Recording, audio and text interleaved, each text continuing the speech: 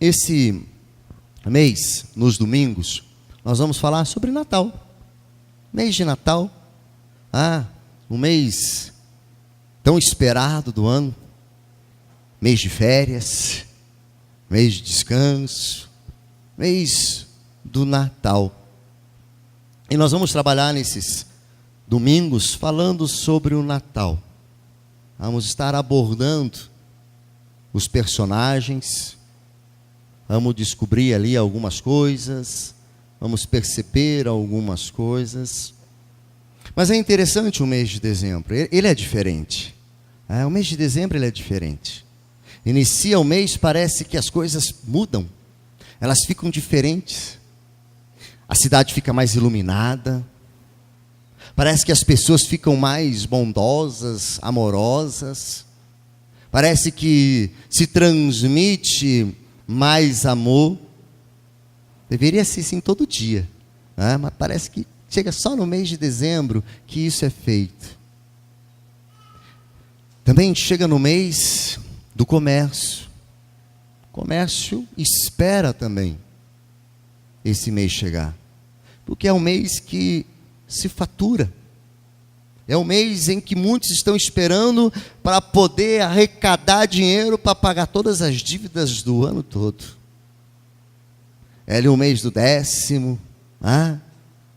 que alguns já mal vão receber e já vão pagar porque já gastaram. Mas é as expectativas das coisas. Expectativa do mês de dezembro, expectativa do Natal, da ceia, de se reunir na casa com a família, toda em volta ali, aquela coisa, as criancinhas esperando ganhar o presente. Isso tudo faz parte do mês de dezembro. Mas o que é o Natal? Qual o seu significado? Quando ele iniciou? E hoje nós vamos estar falando sobre o primeiro Natal. Esses 3 domingos que nós vamos estar falando sobre o Natal, ela é uma série de mensagens que foi abordada pelo pastor Pascoal Piragini nesse período de Natal. E é uma série tão linda que eu gostaria de reproduzir aqui para os irmãos um pouco dessa série de mensagens que o pastor fez sobre o Natal. Embora os judeus não creiam assim, o nascimento do Messias foi prometido e cumprido, exatamente da forma como foi anunciado pelos profetas. O primeiro Natal foi o nascimento de Jesus. Esse é o primeiro Natal. E mesmo que o povo escolhido, judeus são um povo escolhido, mesmo que eles não aceitassem, mesmo que eles não compreendessem, Jesus nasceu. E queridos, Jesus nasceu da forma como tinha que nascer, da forma como estava registrado na palavra de Deus. É impressionante a riqueza de detalhes que nós podemos observar no nascimento de Jesus.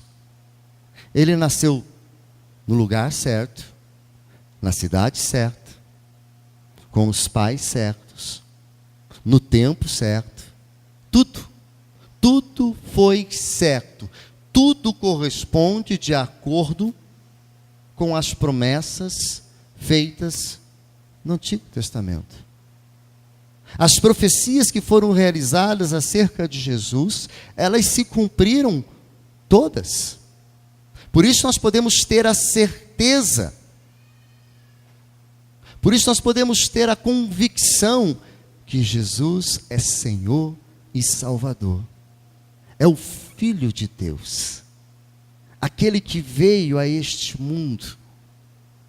E queridos, eu preciso ter essa convicção. Nós estamos trabalhando com o pessoal da classe de batismo, e eles estão escrevendo a carta deles para fazer a profissão de fé.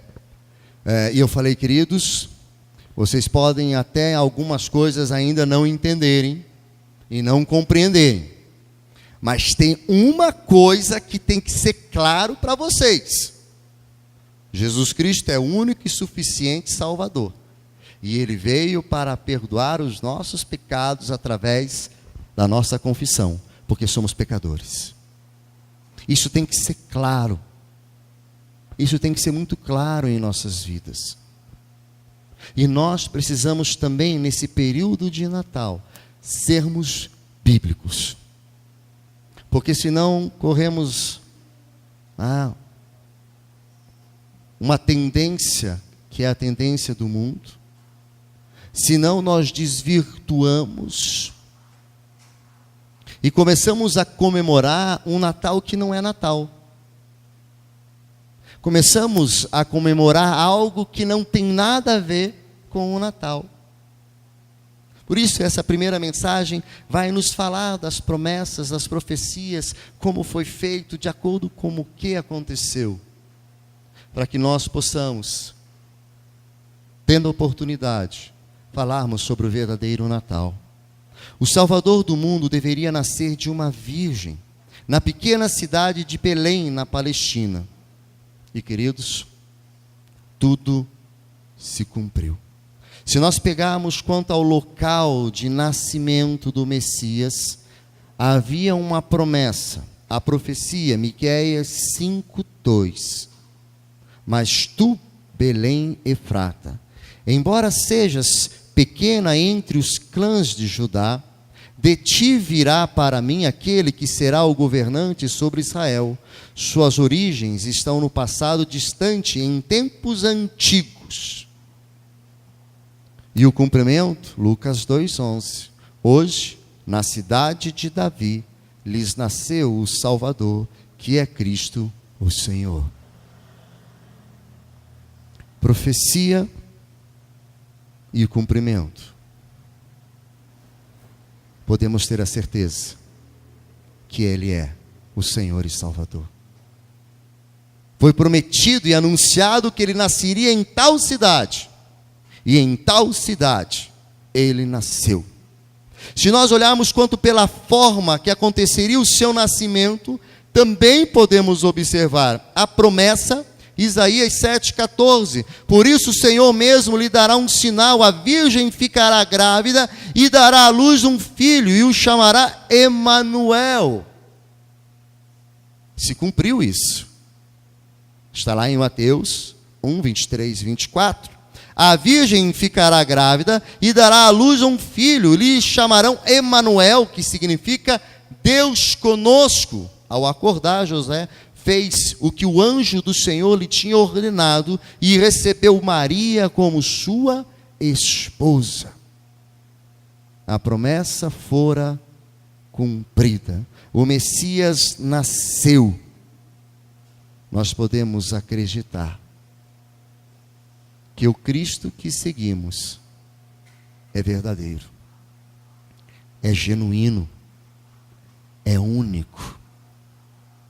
Porque da forma que foi anunciada a sua vinda, o seu nascimento, ela foi cumprida.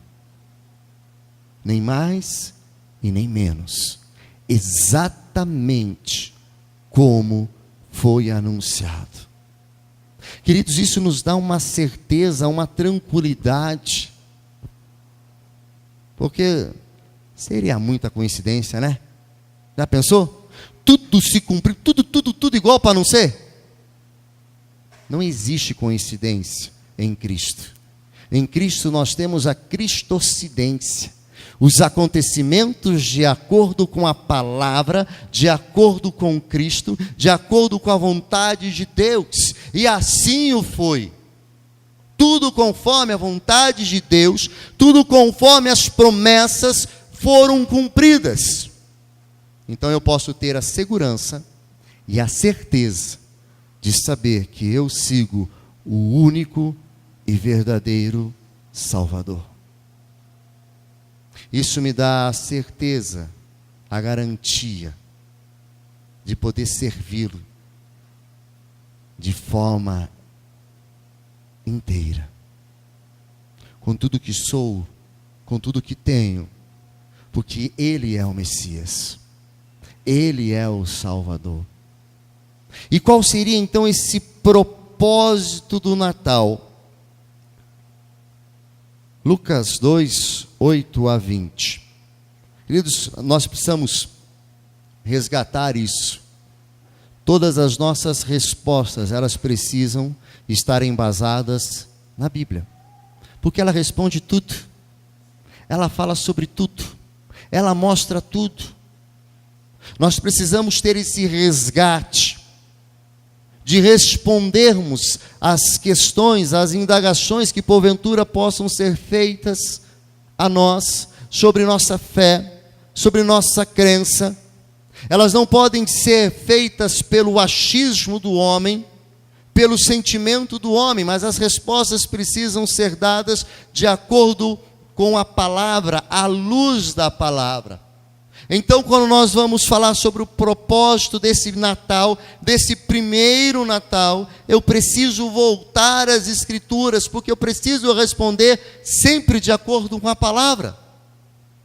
Porque senão nós corremos um sério risco, que nós temos visto por aí.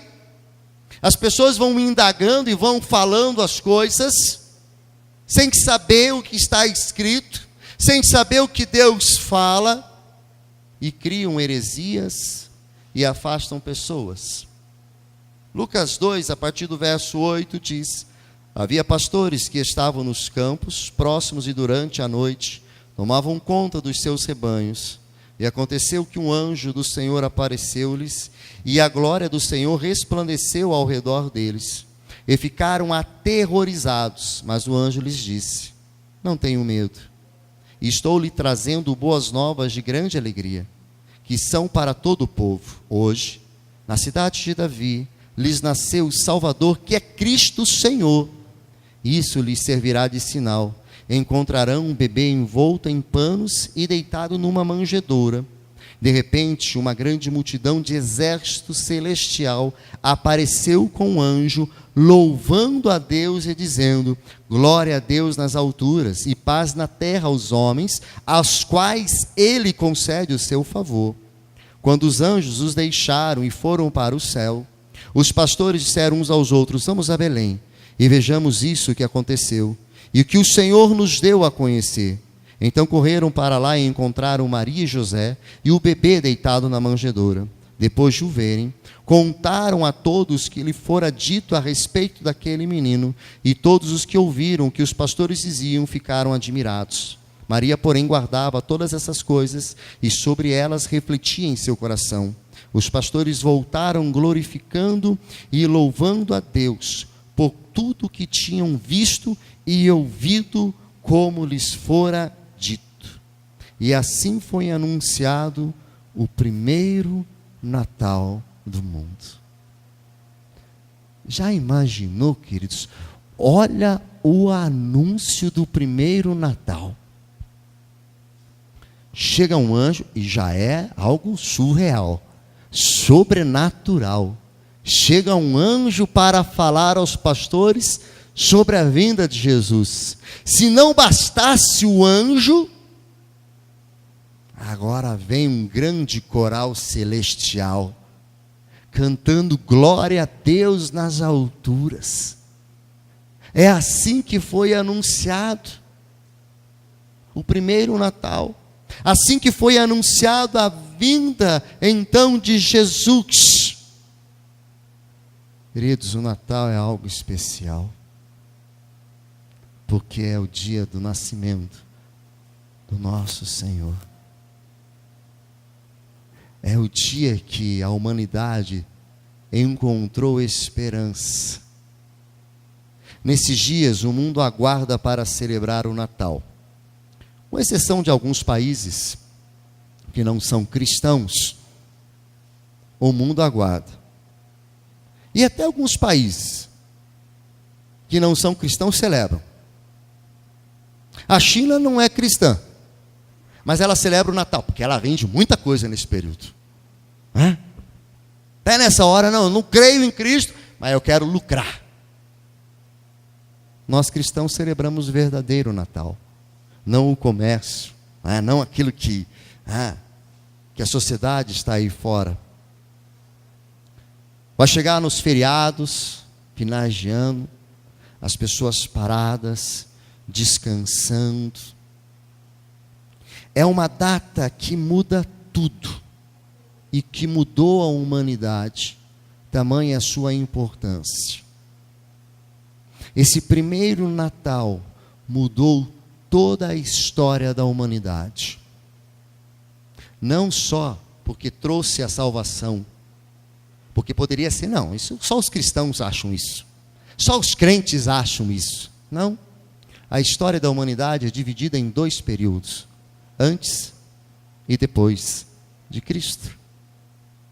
Não é só os cristãos que entendem que a história de Cristo mudou a humanidade. A nossa própria história é dividida com a vinda de Jesus. Tamanha a importância do seu nascimento, tamanha a importância da vinda do menino Deus para nos trazer salvação. E há 3 bases essenciais que nós precisamos entender, que aconteceu nesse primeiro Natal, e são as bases pelas quais ainda hoje nós precisamos estar comemorando o Natal, nós precisamos estar anunciando o Natal, nós precisamos estar festejando o Natal. Esta é a essência do Natal.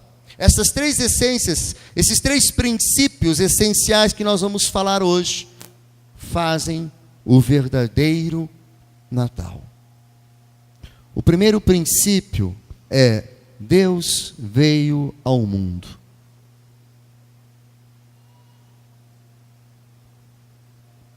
Não foi qualquer pessoa, não foi qualquer um. O Natal significa que o próprio Deus veio a este mundo. Colossenses 1, 15 e 16. Ele é a imagem do Deus invisível, o primogênito de toda a criação, pois nele foram criadas todas as coisas, nos céus e na terra, as visíveis e as invisíveis, sejam tronos ou soberanias, poderes ou autoridades. Todas as coisas foram criadas por ele e para ele. Queridos, Jesus não começou a existir lá na manjedoura. Jesus, ele não começou a existir naquele momento ali, no estábulo. Ele já existia muito antes da criação. Muito antes. Quando nós vemos lá para Gênesis, e a terra era sem forma e vazia, e o Espírito do Senhor pairava sobre a face do abismo, ali já estava Jesus, já estava Deus, já estava o Espírito Santo, a Trindade Santa ali já estava.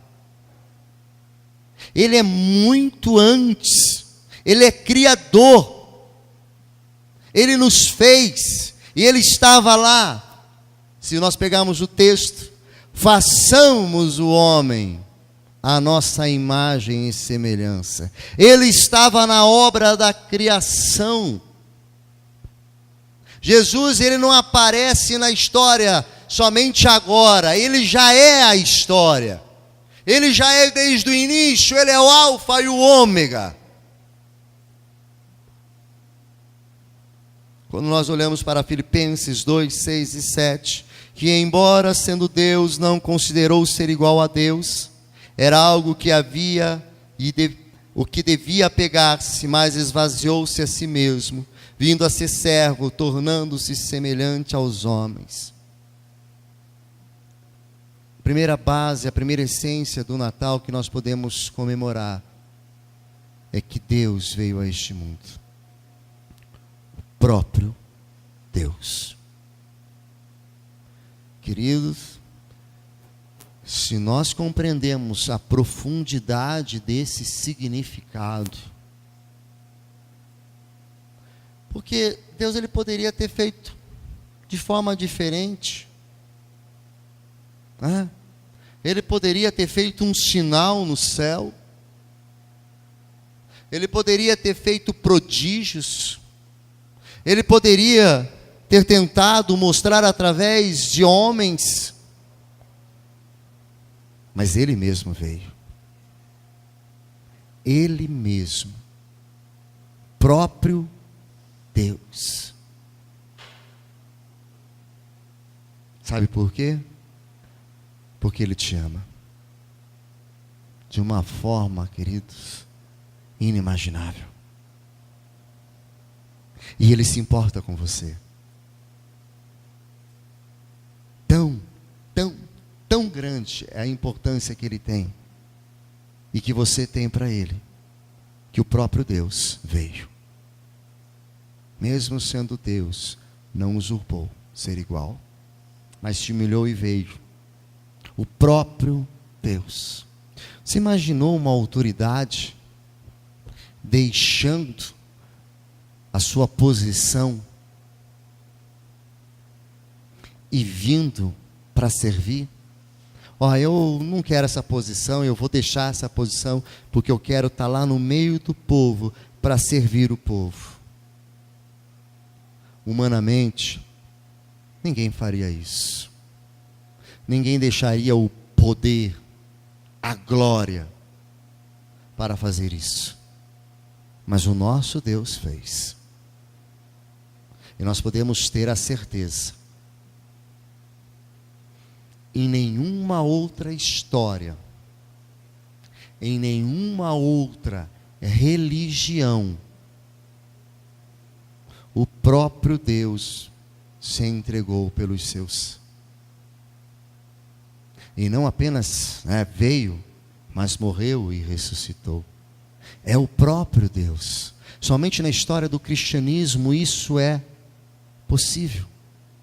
Porque somente nosso Senhor é Deus verdadeiro. A segunda base essencial que nós podemos entender, que é a motivação. Qual foi a motivação de Jesus? Deus veio por você. Você é a motivação. Meus irmãos, agora vamos ser bem sinceros. Vamos olhar para nós. Quem sou eu? Quem sou eu para que o próprio Deus renunciasse seu poder e sua glória para vir a este mundo e morrer por mim? Quem sou eu? Quem somos nós? Somos pecadores. Conhecemos a Deus e mesmo assim descumprimos a sua palavra. Vamos para longe dele. Não merecemos. Nós não merecemos. Mas o amor dele é tão grande por nós. Mas é tão grande por nós, que ele veio especialmente por mim e por você. João 3,5. Vocês sabem que ele se manifestou para tirar os nossos pecados, e nele não há pecado. Queridos, seria impossível nós alcançarmos a remissão dos nossos pecados pelas nossas forças, como ainda o é. Nós não temos condições alguma, humanamente falando, de purificar as nossas vidas pelas nossas mãos. Somente pelo sangue de Cristo. A Bíblia fala que o salário do pecado é a morte. E todo aquele que pecar, este morrerá. Queridos, Deus sabia disso. O Senhor Jesus sabia disso. Por isso ele veio. Veio por mim e por você. Porque ele sabia que nós sozinhos não conseguiríamos. seria algo impossível para nós. Por isso ele veio. Ele esvaziou-se de si mesmo e veio a este mundo, sendo obediente até a morte, e morte de cruz. Queridos, quando eu leio esses textos, sou sincero aos irmãos, eu fico às vezes e me sinto envergonhado, porque o próprio Deus veio por mim. E o que tenho feito eu? Jesus, ele veio por você. O que você tem feito? Eu entendo e compreendo que nada que eu faça, absolutamente nada que eu faça, pode pagar essa dívida. Nada.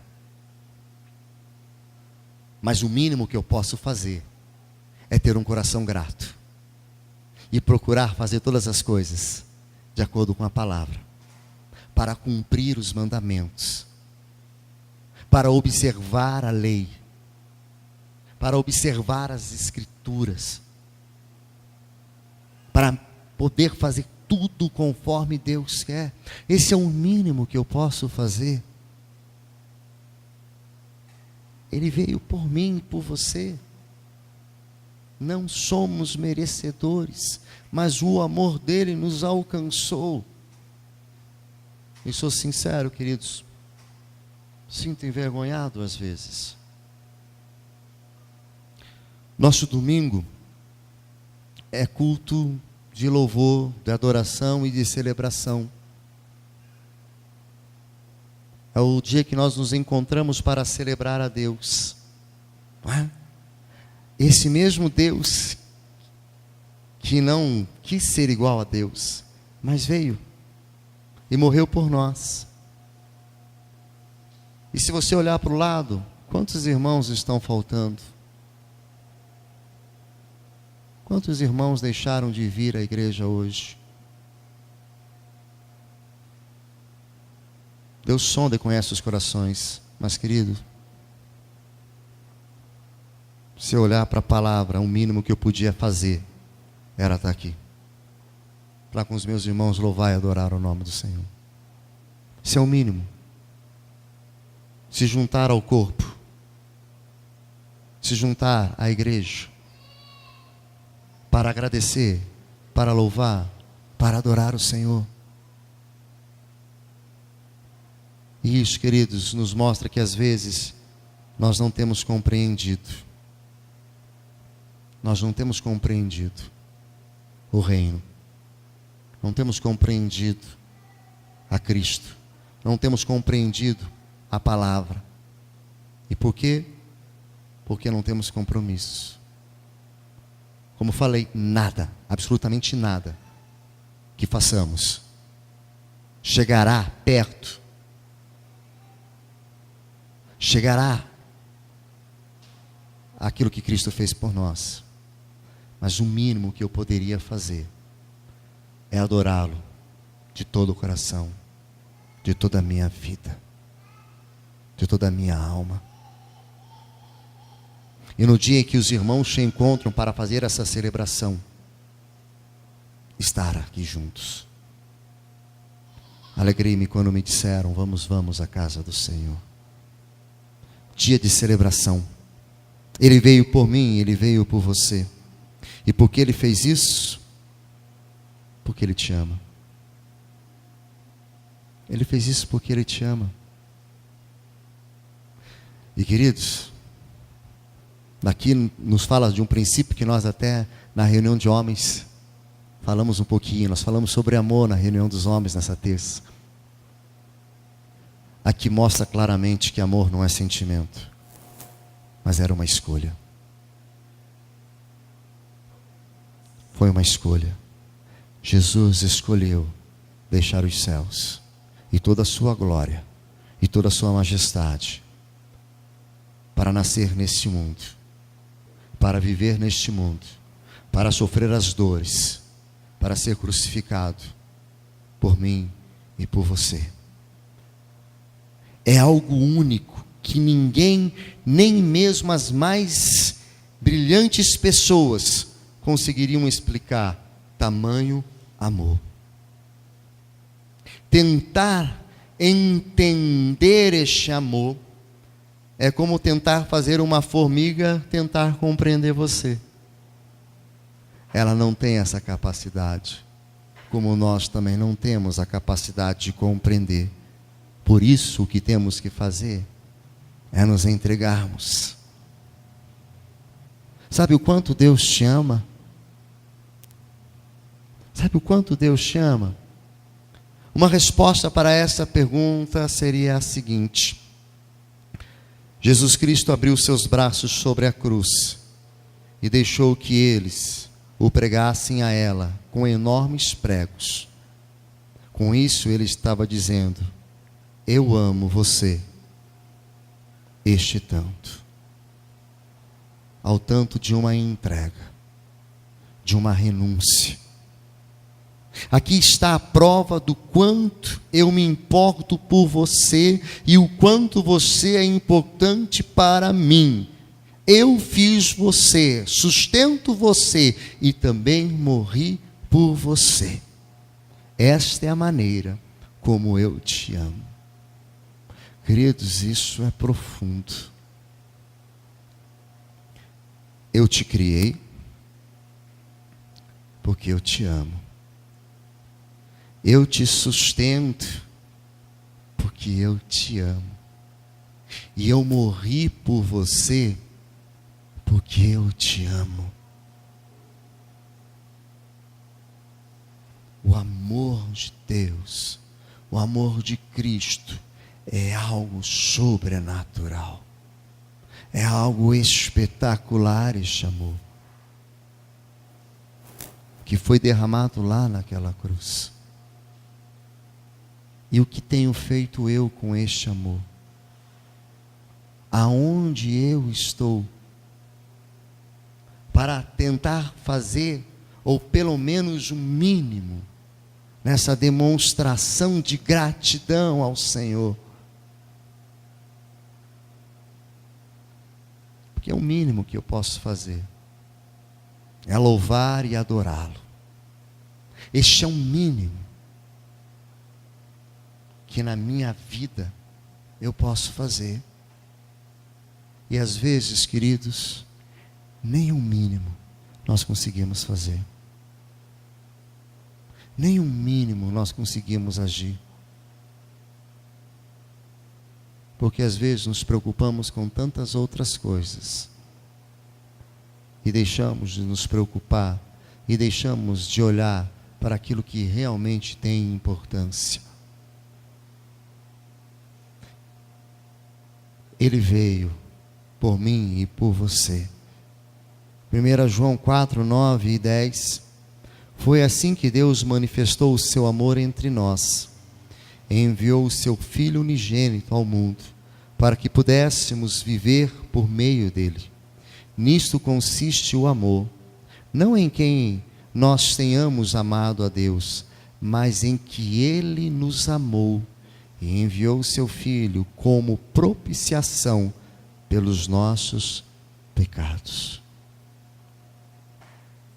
Esse é o amor de Deus. E ele veio por mim e por você.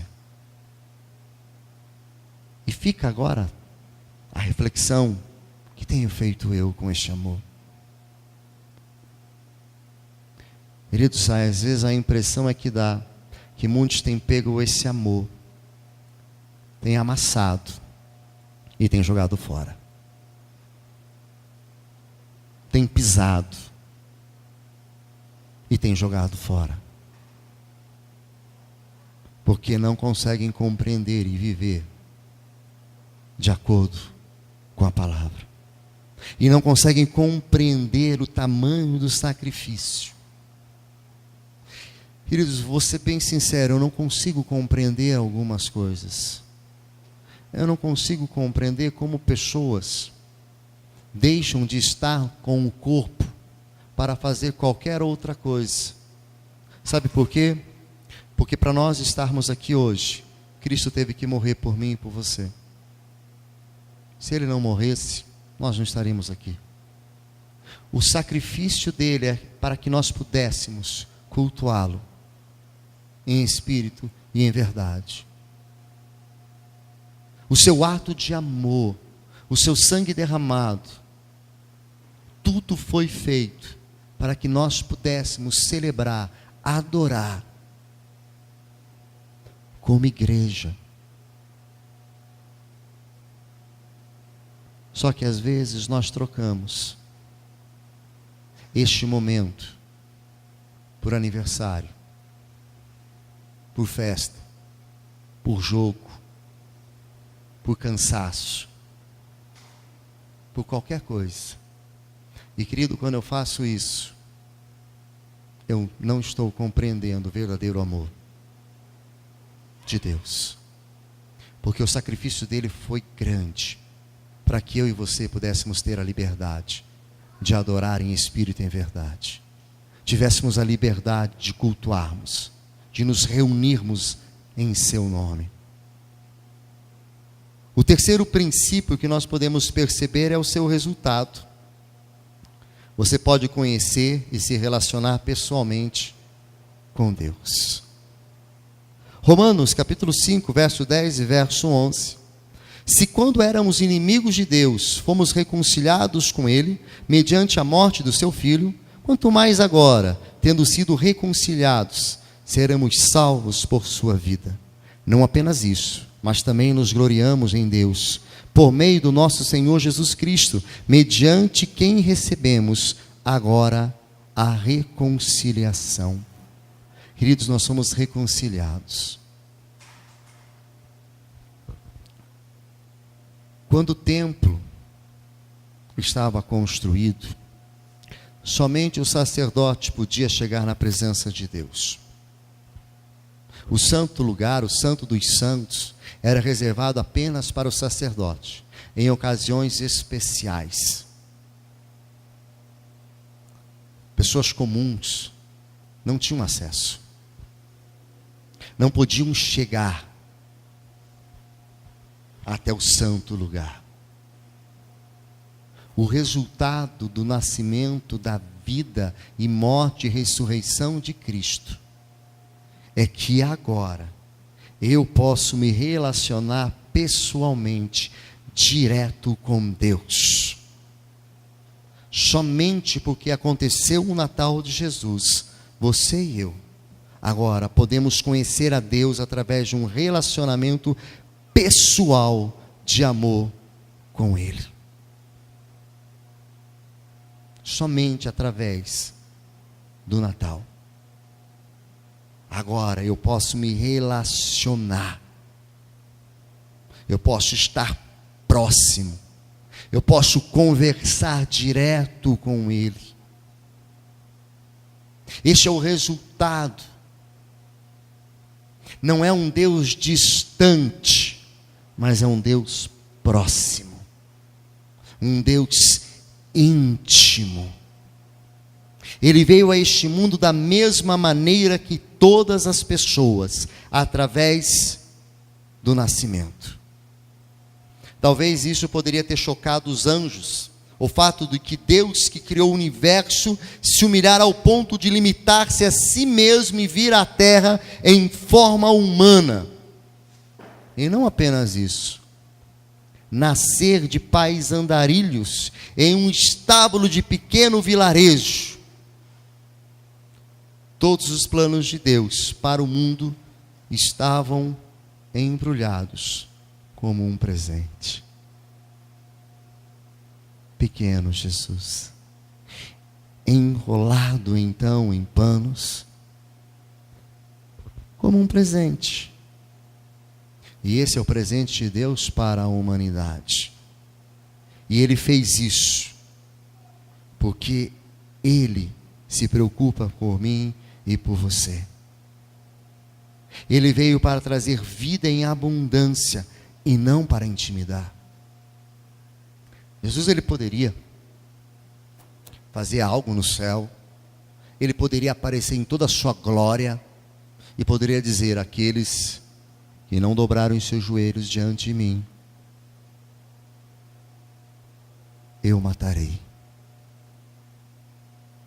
Como fazem tantos por aí, tantos reis, tantos líderes. Mas Deus, Cristo, não quer intimidar ninguém. Ele quer se relacionar conosco. Por isso Ele veio como um bebê, para que pudéssemos então nos relacionarmos. Ele veio ao mundo de uma maneira com a qual nós pudéssemos nos identificar na forma de homem. Ele veio para que pudéssemos ter um relacionamento com Ele. Como tem andado o teu relacionamento com Jesus? Como tem estado o seu relacionamento com Ele? Queridos, relacionamento é algo que necessariamente requer tempo. Necessariamente. Quanto mais tempo você passa com alguém, mais íntimo é o seu relacionamento. Mais próximo você está da pessoa. E mais você conhece dela. Não existe outra forma. Não existe outra maneira de ser íntimo de Deus sem se relacionar-se com Ele. Sem buscá-lo diariamente. Queridos, e Deus fez tudo isso por nós, mesmo não sendo merecedores. Ele fez tudo isso para que nós pudéssemos nos relacionar com Ele de uma forma natural. Porque, queridos, é só abrir a boca e nós já estamos falando com Ele.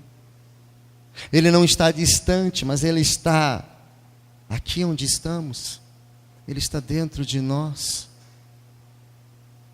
Às vezes o que acontece é que eu não procuro ter tempo com Ele. Eu não procuro passar tempo com Ele.